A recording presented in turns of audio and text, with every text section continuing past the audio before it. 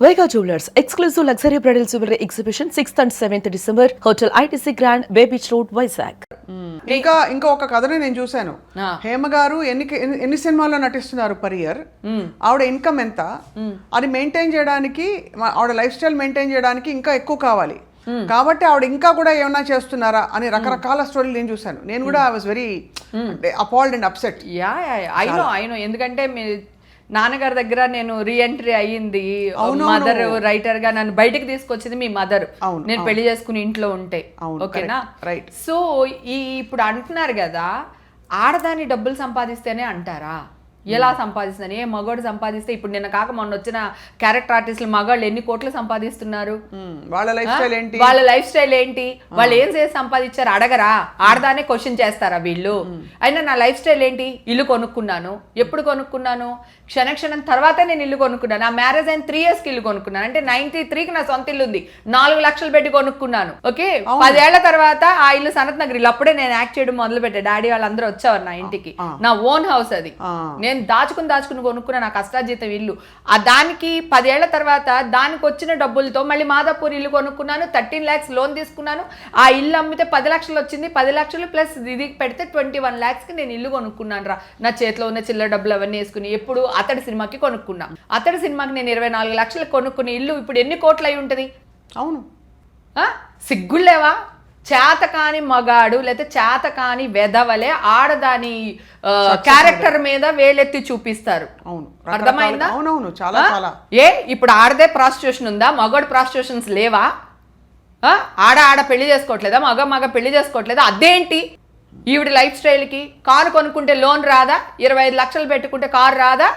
నెల లోన్ కట్టుకోలేమా? ఇప్పుడు నేను ఇల్లు కొనుక్కున్నాను డిఎస్ఆర్లో, నా పాత ఇల్లు ఇచ్చేసాను రెంట్కి, ఇప్పుడు కొత్త ఇల్లు కొనుక్కున్నాను, 1.5 లోన్ తీసుకున్నాను. నేను నా దగ్గర నా కష్టార్జితం నేను పెట్టుకున్నాను. అసలు ప్రపంచానికి సంజాయిషి ఇచ్చే పరిస్థితి కదా. ఆడదాన్ని ఎందుకు పాయింట్అవుట్ చేస్తున్నారు అంటున్నాను రా.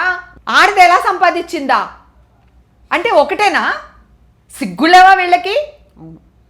అంటే వీళ్ళు గనక కారు కొంటే అంటే వీళ్ళ ఇంట్లో ఉన్న వాళ్ళు ఏదో చేసి వీళ్ళకి ఇస్తున్నట్ట. నిన్న కాక మొన్న వస్తున్న యాంకర్లు అవని లేకపోతే న్యూస్ లీడర్స్ అవని వాళ్ళు తిరిగే కార్లు ఏంటి, వాళ్ళు ఉండే ఇల్లులు ఏంటి? జబర్దస్త్ కమెడియన్స్ చేసుకుంటున్నారా ఇల్లులు? అవును, జబర్దస్త్ వాళ్ళు కార్లు కొనుక్కుంటున్నారా? ఇన్ని 100 సినిమాలు చేశాను, నాకు ఆ మాత్రం ఆస్తి ఉండదా? పోనీ నేను ఏమైనా చెప్పానా నాకు 100 కోట్లు ఉంది 200 కోట్లు ఉందని నేను ఏమైనా చెప్పానా ఎవరికైనా? వాళ్ళే రాస్తాడు మళ్ళీ, ఎవడో ఏదో రాస్తాడు. హేమకి ఎంత వస్తుందో తెలుసా? ఇన్ని 100 కోట్లు ఉన్నాయని రాస్తాడు ఒకడు. ఇంకొకడు ఏం చేస్తాడు తెలుసా? దాన్నే ఇన్ని 100 కోట్లు ఎలా వచ్చుంటది వీళ్ళకి అని వీడు క్వశ్చన్ మార్క్ పెడతాడు. అంటే ఇప్పుడు అలా అయిపోయింది. అంటే కల్చర్, మీడియా కల్చర్లో ఎస్పెషల్లీ చిన్న చితక ఛానల్స్ అన్ని కూడా ఇలాగే మొదలుపెట్టారు. నా ప్రాబ్లం అదే చెప్తున్నాను. అందరూ చిన్న చితక ఛానల్ అంటున్నారు. తోపు ఛానల్స్ అందరూ కదరా నా న్యూస్ వేసింది. ఎలక్షన్ టైంలో చూసే కొద్ది చూడబుద్ధి అవుతుంది. బ్రేకింగ్ న్యూస్, దొరికిపోయింది హేమ. ఏం దొరికిపోయాను? నేను విక్టిమ్ని. ఒక్కవేళ నేను డ్రగ్స్ తీసుకుని ఉంటే నేను విక్టిమ్ని. చట్ట ప్రకారం నేను విక్టిమ్ని. నన్ను కాపాడుకోవాల్సిన బాధ్యత ఈ ప్రభుత్వం మీద ఉంది, వీళ్ళ మీద కూడా ఉంది కదా.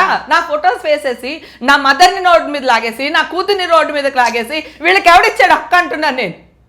ఇప్పుడు ఈ రోజు నేను ఇంత మాట్లాడుతున్నాను, చూడడానికి నా అమ్మ ఉందా? నా ఫ్యూచర్ ఏంటి? నేను ఎంత మదన పడిపోయాను, ఎంత నలిగిపోయి ఉంటాను. వీళ్ళని చిన్న మాట అంటే బాధపడిపోతున్నారు. మరి నన్ను మాట్లాడినప్పుడు నాకెంత కోపం వస్తుంది?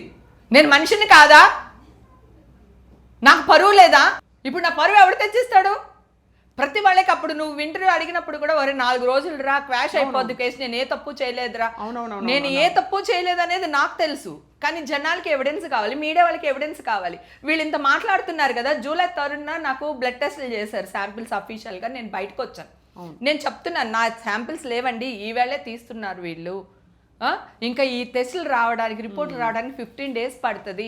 మీరు ఫేక్ న్యూస్లు వేయకండి అని చెప్పి పోలీసులు అందరూ నా పక్కన ఉన్నాడప్పుడే. హాస్పిటల్ నుంచి వస్తున్నప్పుడు బెంగళూరు హాస్పిటల్, గవర్నమెంట్ హాస్పిటల్ నుంచి బయటకు వచ్చినప్పుడు నేను మాట్లాడితే వీళ్ళు కూడా అరే పాప మా అమ్మాయి అలా చెప్తుందని ఒక్కడు ఆలోచించలేదు తెలుసా? అసలు ఏం మాట్లాడారు తెలుసా? ఓవర్ యాక్టింగ్ చేస్తున్న హేమ, బొక్కాయిస్తున్నా హేమ, బొక్కాయిస్తున్నానా? అది నా ఫీలింగ్ బై, నా బాధ, నా ఆక్రోశం. పోలీసులు ఎందుకు బయటకు వచ్చి ఏ విషయం చెప్పలేదు? ఫలానా వాళ్ళే అసలు పోనీ ఫలానా వాళ్ళ సంగతి పక్కన పెడదాం. హేమ చేసేసిందని ఏ పోలీసు వచ్చి చెప్పాడా? చెప్పలేదు. ఏ మీటింగ్ లానే చెప్పారా? చెప్పలేదు. మరి చెప్పనప్పుడు ఎందుకు ఇట్లాగా ఎఫ్ఐఆర్ లో మీ పేరు చేర్చారా? ఎఫ్ఐఆర్ లో పేరు ఎప్పుడు చేర్చారు కదా? వీళ్ళందరూ న్యూస్ వేసినప్పుడు కదా చేర్చారు.